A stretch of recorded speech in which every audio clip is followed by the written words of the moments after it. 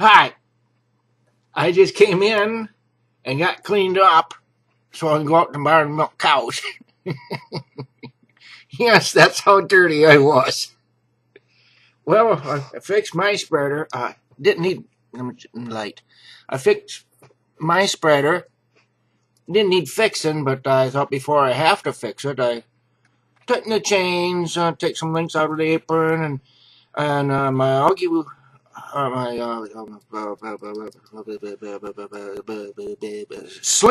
slinger.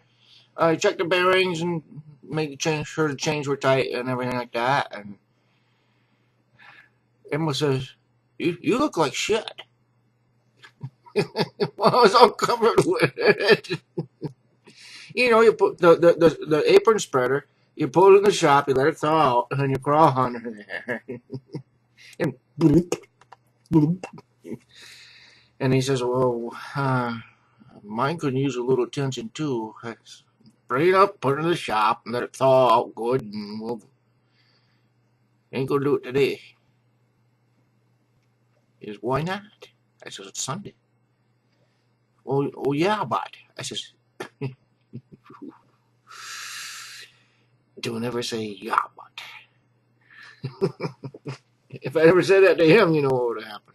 But anyway, and I got other things to say here. Um, check his all over, and bearings are good and that. Tighten up the apron, tighten up the chains, and yeah, I looked like shit.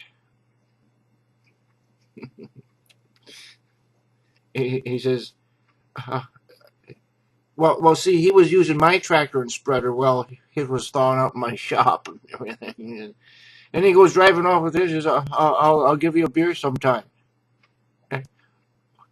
Oh, good. Okay, but anyway, somehow expensive pen was given to me. Some salesman or something. I got something to show you. Changing for something altogether different. What's this? A lot of you probably know what it is. It's a blowtorch. Got a little story to tell you. Kind of funny.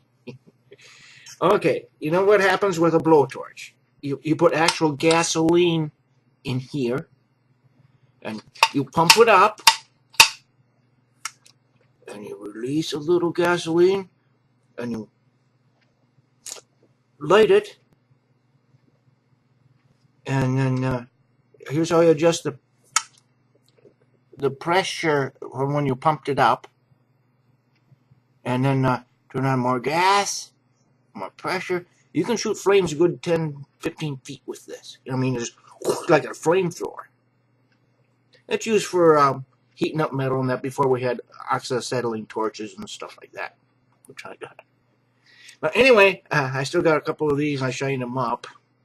And when I was a young lad, still at home on my farm with my dad, he shot me out to my uncle, his brother, uh, for favors that he done for us on our farm. Now, my uncle had a neighbor, well, I'll call him Joel.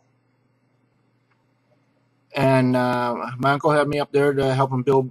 He was quite a carpenter and built his own buildings and stuff like that. And he shopped out a little bit. And when he was building on his own farm, my uncle, he his neighbor came over and helped, Joel. Now, I guess my uncle was kind of like Emil is to me. Ronnie Boy, Emil, Joel, my uncle. Anyway, he'd come over and stuff like that. But anyway, we went into Madison, go to drive, and he had something there he was doing for somebody. And right across from where we were working was a little outdoor eats cafe. And there was a hedge right in between us. And Joe was standing there with the blowtorch. It was lit. It was gone, kind of resting and waiting. And he heard a couple businessmen sitting on a table right across from the hedge, right across there. And one of them says, "Boy, I'd give 50 cents to have this cup of coffee warmed up." Joe. He says, "Joe, don't. 50 cents, please." No, he's still alive. I would like to call him and see if he remembers that. I bet he does. He was a good fellow. I liked him. But, anyway, this is getting too long. Uh, got in and got cleaned up so I can go out and milk cows. That's being a farmer. Okay, got cleaned up to go milk cows. I was dirty. Amos said I looked like shit, and I did. It was all over me. Okay, goodbye.